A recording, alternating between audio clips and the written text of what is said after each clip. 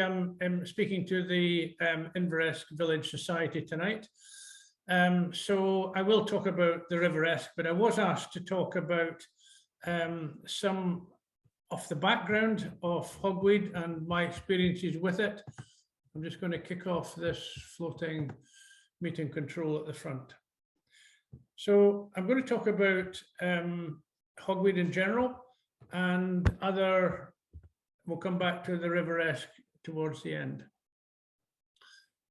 Now, the hogweed arrived really on the rivers because it was introduced into primarily, I suppose, the large house gardens as an exotic, and it looks rather elegant. It's very architectural, big, pretty flower, big, tall, 12-feet plants. But you're all aware that the sap from that plant can cause serious burns on your hands, legs, and face, or wherever your eyes, if it gets on your body. So you must be very careful in handling the plant not to open the stems and get the sap onto your hands, because with sunlight, it becomes very, very, you get aggressive burns like you see on the hand there, but they're quite small burns in relation to the kind I had as a child when I used to wade through this 12-feet high hogweed, and we used to play in amongst it, and I would end up with big water blisters going from my hand to my elbow because I scratched my hands and it put them all together. So it's a horrible thing to get if you're not careful. One of the problems people have when we get reports in about hogweed is actually knowing which one is which. Now, in a normal room event, I would ask you to put your hands up and tell me which one is the villain, which one is the giant hogweed. Is it the bottom left, the top left, or the bottom right? I can only give you the answer because you can't tell me which one you think it is. But there's a great deal of similarity between the top right and the bottom left, and that's common hogweed and giant hogweed. Sometimes we find difficulty in identifying the two plants, but generally speaking, it's to do with the size of the plant. The common hogweed is much smaller. It tends to be about 4 feet tall. You can see the head on the top is very similar to a giant hogweed head. Cow parsley sometimes gets muddled, but it shouldn't really. And butterbur gets muddled just because it's got a very big leaf. And people think that, oh, this is the big leaf plant. Well, hogweed has a big leaf when it grows in a mass like you have near the railway, but the leaf is much more serrated. So there should be no real confusion with butterbur, but we often get reports of people saying, oh, there's lots of it there. Obviously, we shouldn't be spraying it when it's flowering anyway, but this was a picture I took last year of a plant that had been sprayed while it was in what I call stem extension. It was actually probably had a flower head on it, and the plant largely had died, but it had long enough to produce some viable seed. So this was me bagging up the seed and collecting it and disposing of it safely so that we don't recycle these particular seeds. Every single flowering head that you leave on a plant has the potential to produce 10,000 seeds. So that's potentially 10,000 plants. And they're not all going to be kind enough to germinate on year one. They will take their time, and their dormancy will make them germinate over a period of possibly up to 10 years. So if we're not going to spray them when they're flowering, because they're dead easy to tell then, we need to recognize the plants when they're quite small. So the individual small plant is the one in the top right-hand corner. And the one that you tend to recognize more easily is when the true leaves emerge, and you've got a plant in the bottom left-hand corner that's about probably nearly 1.5 to 2 feet across the diameter of the leaves. Just out of interest, the picture in the top left, each one of these light green objects is a hogweed plant. So that shows what happens when a plethora of seeds go down into the ground. There's a huge mass of plants to deal with. So that's why we have this maxim, no plant must flower. I'm going to just give you a little background. I was asked to do this rather than just talk about the Esk, but the River Tyne, we started this project 3 years ago. So we're now the 3rd year into it.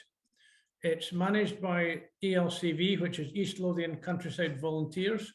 Now, all of us are volunteers. I mean, when I started on my local river 27 years ago, we were all volunteers and we all controlled the river and did our own section of the river, and we treated and got rid of the plants on our own section of land.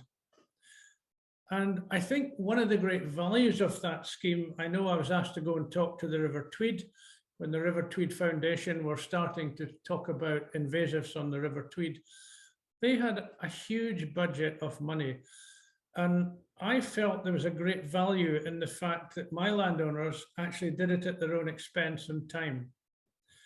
Because one thing sure is that after 10 years, when they've worked their butt off to get rid of the giant hogweed plants on their land, they're not going to let it come back again easily.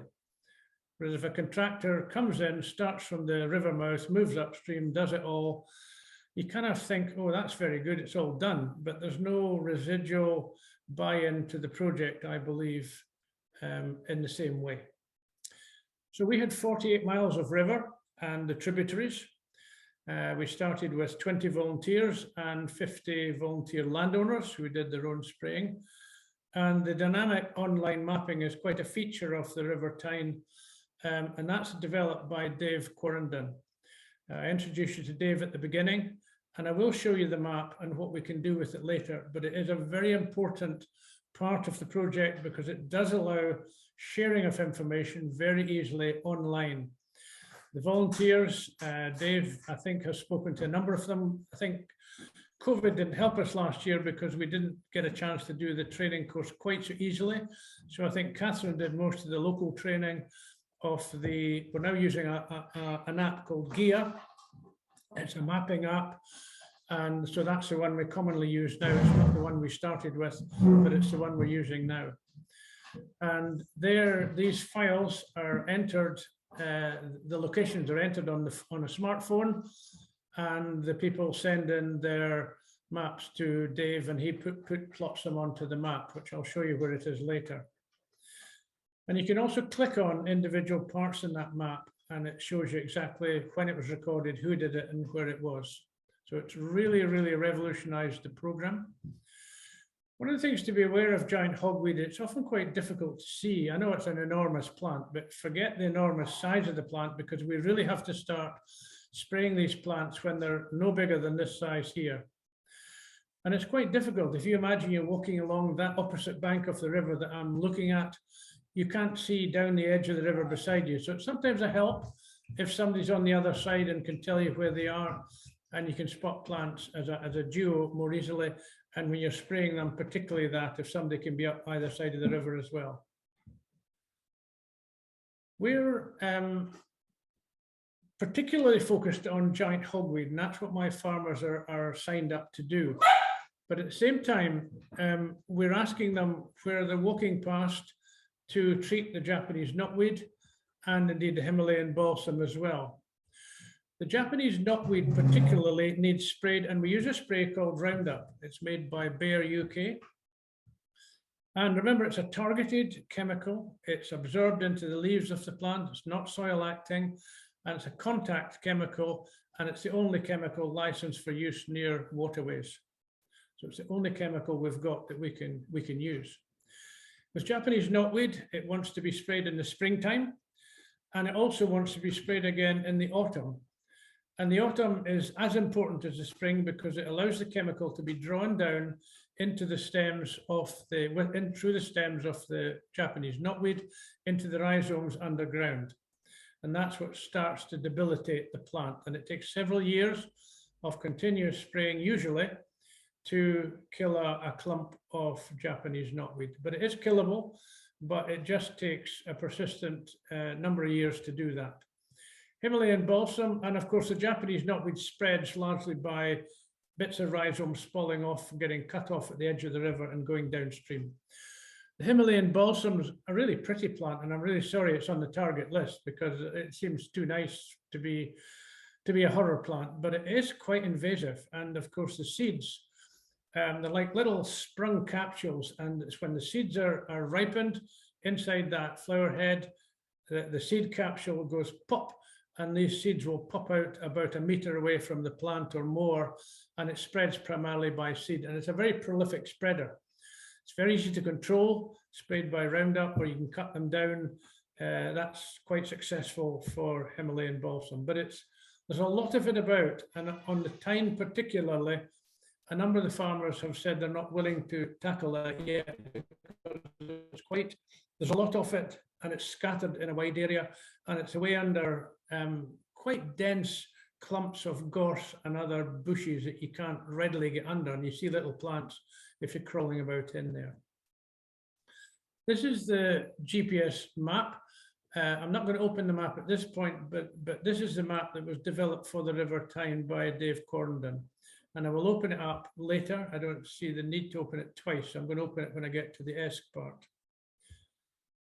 This was the picture on the River Tyne when we started our eradication. Now, I don't know if I've got a picture of people in front of me, but the title says Eradication Project March 2021.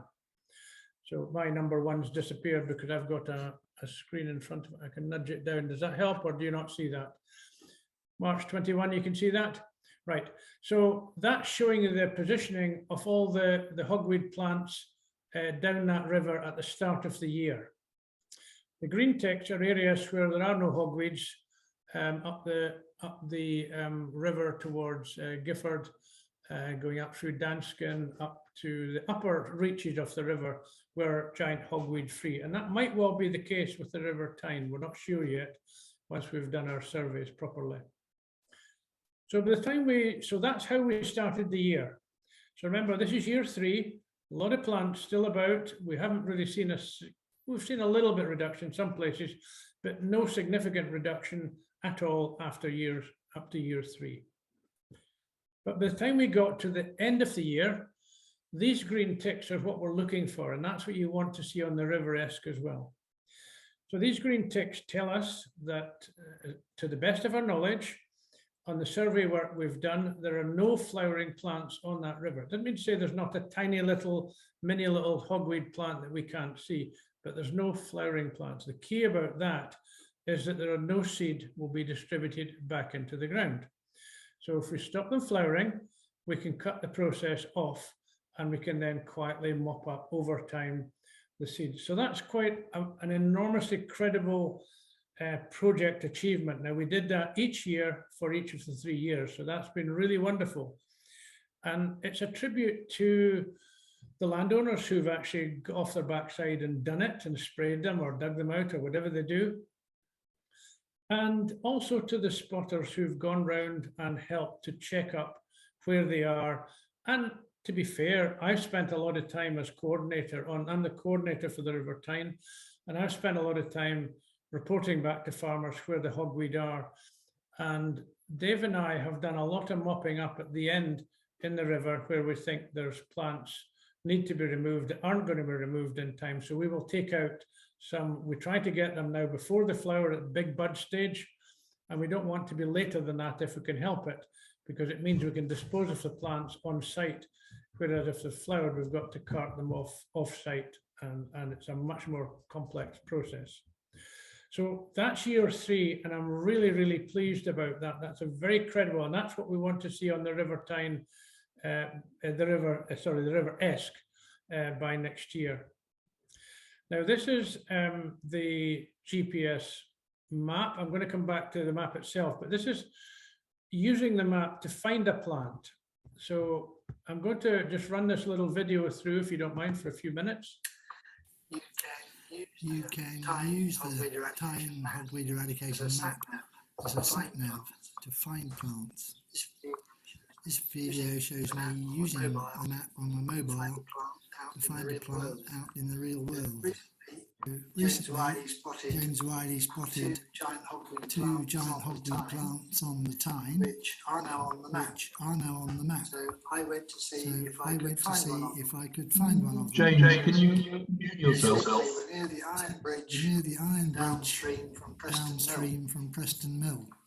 So I drove there, opened the map, and zoomed in to the area. I knew the map currently had all of last year's sightings, all in blue and red, but I could find these because they were temporarily coloured purple. there's the one. So I clicked on it and saw the summary. It says one large GH north side of river. That's the one I wanted. So I clicked on the title to see the full details. So then I found the tiny arrow that gives you sat-nav directions, just like sat-nav in a car. And now the blue dot shows me exactly where I am.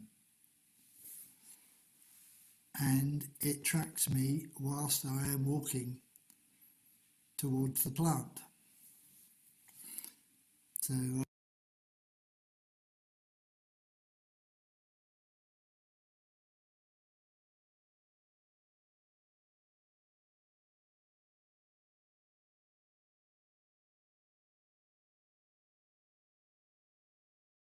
yeah, it was a bit difficult to see close up, so I changed from the satellite view to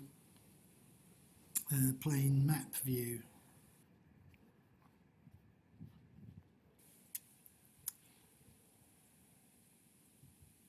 I keep going and I'm seeing that I'm getting closer and closer.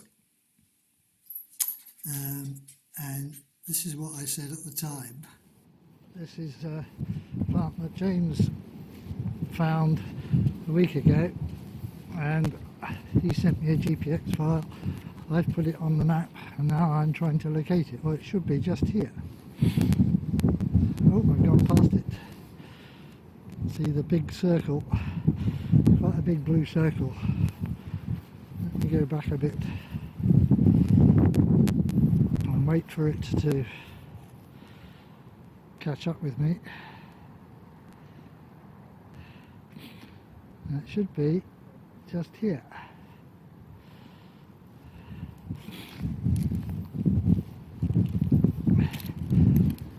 Wow, right on the nail. I think it may have been treated already.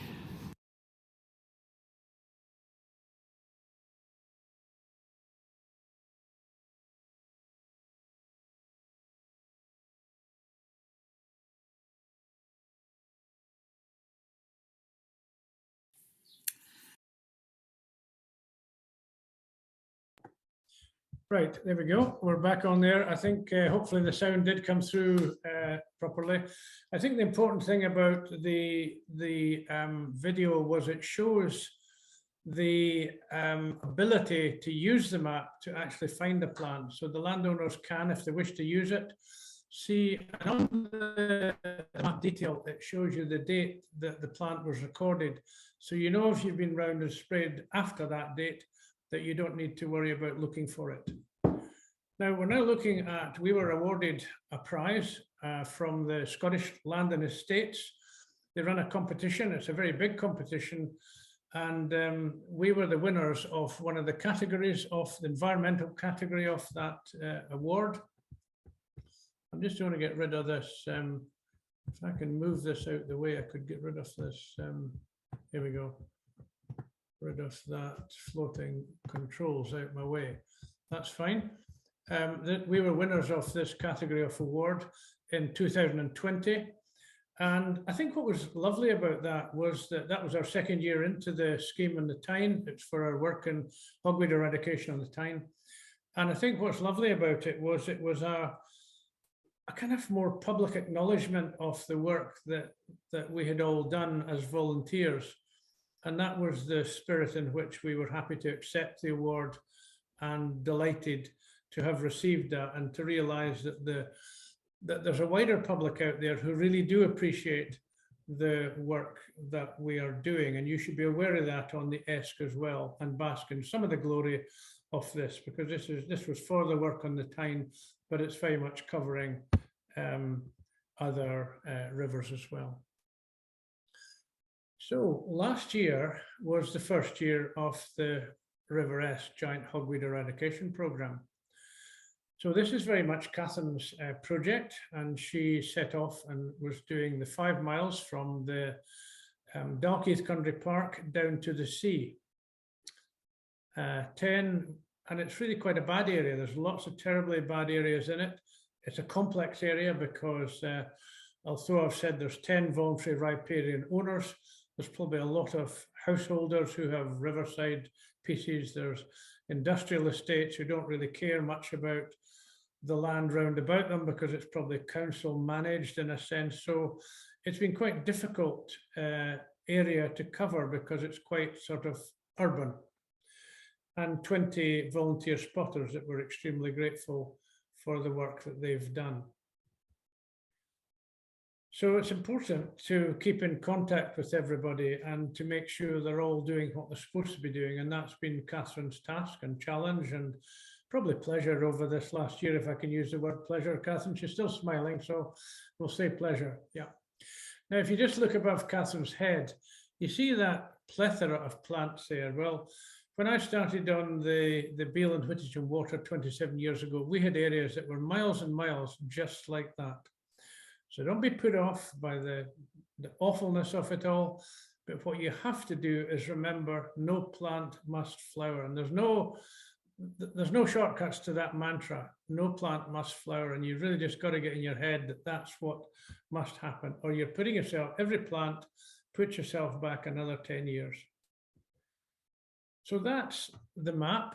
You saw the map on the River Tyne. And that's the map showing the distribution of giant hogweed plants on the River Esk at the start at March 2021. Now, it's easy to have a line of red dots if you like, but these have all been put there by your volunteers. They've been mapped GPS-wise and they're all in the correct place. But some of them, of course, individually will say 10 hogweeds, some will say 100 hogweeds, some will say 1 hogweed. So you have to keep it in perspective that a dot could be 1 plant, but a dot could equally be 100 plants. I think what it showed was that there was quite a serious infestation of that plant all the way down the river. The time you got to the end of the year, August 21, we did not achieve the perfection that we would have liked, but you have to admit there's an awful big difference between that and that. So you have to congratulate yourself that you've done really quite well, but not good enough. So I'm not going to let you off the hook entirely. So we've got to do better next year, but you should not be despondent. You've done awfully well. And there's individuals who have not done as much as they should have done. There's corporations who've not done as much as they should have done. There's companies who've not done as much as they should have done. But I think little by little, we're getting them on board. And often it's about finding out who's responsible for the various bits of ground. And that's been quite a challenge. But that's the picture, and that shows where you've gone up to past the A1 up to, I've now included a slide that includes the Dalkeith Country Park. Now, Dalkeith Country Park was within the project this year, and you can see that on the South Esk, they've actually done quite well, but on the North Esk, where most of the plants had been, there are still some plants, and Dave went up and did some survey work this week and identified that there are some, what I call old plants, that's plants that have produced seed, are there, and therefore we've had plants that have flowered during the year of 2021. So I've sent a message to the park manager saying I was disappointed to see that. I have to say, he hasn't replied yet, but we're on the case, and I hope we'll just do better next year. We've definitely done a lot, so a lot of plants that were there have gone. So people are responding, and I think you should take a lot of comfort for the fact that in year 1, you've done quite well. But don't be cozy, you've not done well enough. So I'm going to show you the map now. I'm online here, so it'll come depending on my internet. With a bit of luck, you'll see it. Now this, when you go into the ELCV, this is East Lothian Countryside Volunteers website. This is where your River Esk map is hosted. And if I go into this little link here, you can see the hand on the screen. I'm now going to the River Esk map, and it will populate in a minute. And this shows you the distribution of plants on the Esk. Now I can stretch that map out, which I hope you can see. And if I go to a particular plant, let me choose that one there. That says many flowering, and that was on the 11th of July 2021. And these are the ones up behind the Tesco store. There's a big bit there. And we knew these plants had been allowed to go. And I'm not certain yet who is responsible for that area. But you can see lots of green ticks round about in areas that we've done well at. So you can see the detail on the map. You just click on a plant, a spot there, and it gives you the detail to the left-hand side of the screen over here. I can't annotate because I've lost my wee map. Let me get it back. Right, I can annotate here and choose a spotlight and show you over here. You see the spot over on the left-hand side here. You can see the plant here. It gives you the plant here, tells you about it and where it was and when it was recorded. So that's a good thing that we can do. And again, if we chose another one there, it gives us the detail here, and it says several GH on the bank at the water level, and that was recorded on the 11th of April 21. So there's an awful lot of detail in here that's telling. I think you've got a wee noisy friend here. This is the problem when you've got a puppy at home that's, I'm told it's about 13, 14 weeks old, just so it's quite little. So that's the map off the map. A wonderful detailed map, and thank you to Dave for doing all of that. I don't know what Crystal Lingo's got to do with it. I think we've lost. I've lost my. Oh, here we go. Got it here. Now, see, we've got a bit of screen up there. I'll need to get rid of that later. So I'll move on after that. There we go. I'll get rid of this again. This is floating bars and annoying for me. Now, so we've got to learning the lessons from 2021. And I think the things that we agreed, Catherine, at the end of 2021 for the Esk was ensure that all landowners are equally thorough. So some were very good, some were a bit sloppy, and some didn't do enough. And I think we just have to try and make sure that everybody does equally well. We need to help each other and not say, well, it's his fault, it's her fault, it's their fault. We need to think, what can we do to help? My advice to all of the landowners who have serious infestations is to start spraying early. Last year, I think they didn't start spraying early enough. So I'm saying they should start in March. They should walk around the ground and take out the biggest plants that are there now. But remember, you're going to get more plants coming along because the seeds are germinating all the time. So start in late February, early March in the bad areas and revisit it 3 times. And then do your last check round in July, August to make sure there's no flowering plants. It's useful for me to tell you that to remove a flowering plant can take 15 to 20 minutes because we've got to remove the head, we've got to bag it up because they could potentially produce viable seed, carry it off and dig out the roots. To spray a plant pre-flowering takes literally 2 seconds. So it's a no-brainer to get it done early and not let them get to that flowering stage. We agreed last year that we should think of extending the project further upstream to prevent any contamination coming down the river to the area that you're now working on and that you've done a good job with. And it sounds all very basic and stuff, but remember, keep saying thank you to all your volunteers. A lot of people put a lot of time and effort into doing what you've achieved last year, and it is very important to keep saying thank you to them. So for the year 2022, and it's coming towards the end now, the Giant Hogweed eradication program will continue on the same 5-mile stretch that we did last year. and Catherine will continue to be the coordinator for that. We're going to continue on the rest of the Esk and the tributaries, which will take in another 65 miles of river. And I, along with Dave Quarantine, will coordinate that particular part of the river, and Dave will do the mapping of that through the ELCV website, the East Lothian Countryside Volunteers website. And that's accessible to anybody to look at any time. You don't have to be a member of the ELCV to do that. We do need more spotters, so please, Catherine, we need some help with this. More spotter volunteers for the new area. We will try and recruit some as well, but if we can divert one or two who are willing to move to new pastures. Remember, we've largely spotted the Esk already. We've identified where they are. And one thing you can be certain of, and the landowners can be certain of, is that the hogweed will be in the same places they were last year. There might be a few additional places, but they'll be largely in the same areas. So we know where they're likely to be. So we don't need to do quite so much spotting throughout the year. We do want to spot just to give us a historical start to the year. And we certainly need a spot at the end to make sure we've not missed anything. We've got support for the River Esk from Bayer UK. So I've got a modest, and it is a very modest amount of Roundup that I will be able to give to the landowners. I can't give it to unlicensed sprayers if it's just not possible to do that.